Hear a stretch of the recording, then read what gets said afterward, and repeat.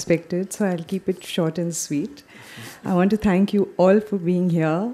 It's something that Prahlad and me have been talking about, and he's right. This is one thing that I've been telling him to do for years, because we have been doing it in an informal way with all, the young kids who have been through Genesis. And somehow I just felt that we needed a larger platform where we could offer this kind of mentorship. I think it's more about the mentoring that really appeals to me. And I think, definitely it's going to be a roller coaster ride. But I feel in all of that, Prahlad has a dream and a vision. And I think that because Subhashji has understood what we are going to do, and Meghna and Rahul and the team, I think it's something that we definitely want to put together in a way that will fit in with Whistling Woods and yet be unique and create wonderful professionals that will go out and really own the job and be unique, be entrepreneurs, and set up their own businesses in the years to come. Thank you. I wasn't expecting to say a few words, and I thought he wouldn't notice when I came in, but I've just come in from Delhi, and that's why I'm delayed. But the only reason that, I think the main reason why I'm with Prahlad is that on this school is that in many ways, both of us reflect the same approach to branding. We've done a number of things together over the last 15, 20 years and taken various brands forward. But the question in this school, which I think is more important, is not so much what the books teach, but as much as what you've learned from your experience. And that's what Prahlad and I think would be able, because I don't think he knows how to read in the first place. So that's one big advantage there. And a person like me who's a Punjabi, we're not known for intellect in any case. You leave a Punjabi with a thought.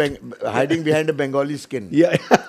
Yeah. You leave a Punjabi with a thought, he doesn't know what to do with it. When you meet him again, he gives it back. So, and says, here, that's for you. And as he said, Bengali, as Mithali is, you leave a Bengali with a thought and she'll make a philosophy out of it. But the important thing, I think most of us have gone and done with instinct, with gut feel.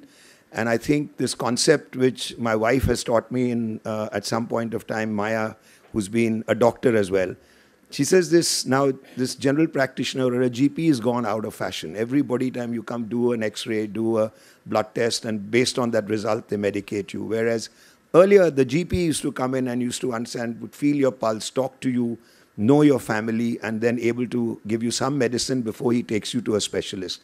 So I think we are losing the art of doing things without research. We are losing the art of saying that if you want to research everything, you want to see whether you've done well. There are companies which now research why they did well. So if they never knew what they were doing, what the hell were they doing? But at this point of time, that you tend to get into research only when you want to cover your backside before you go ahead and say, look, I don't know what happened, but the consumers' research said this, and I went with it.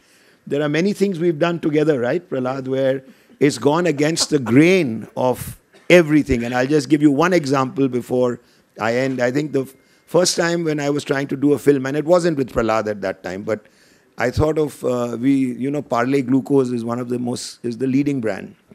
It still is in many ways in the glucose segment.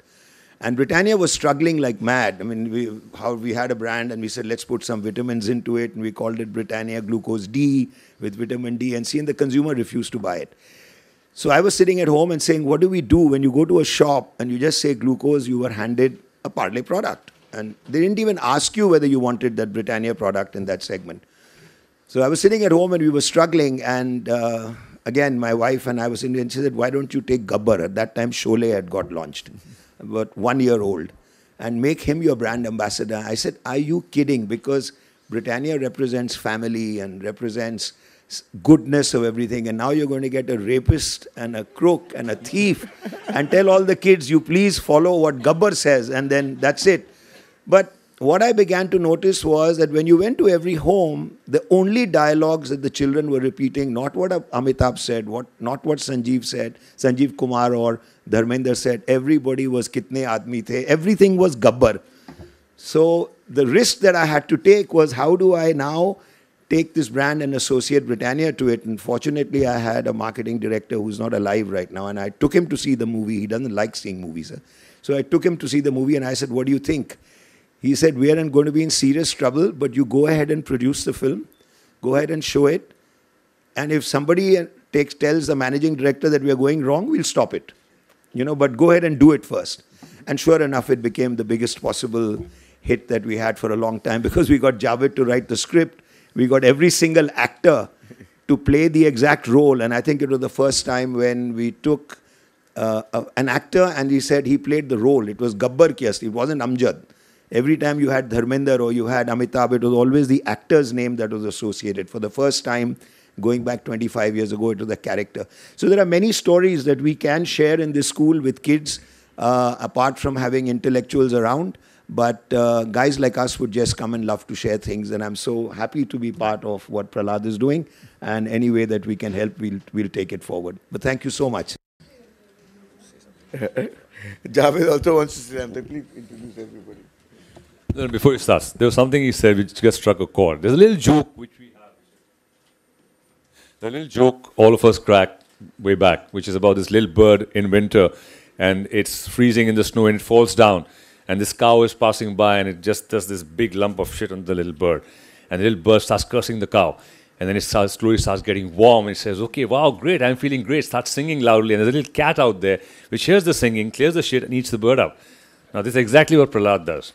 He'll shit on you and you'll curse him for shitting on you. But at the end of the day, he saves your life. So this is what we learn. You're the cow dung which shits.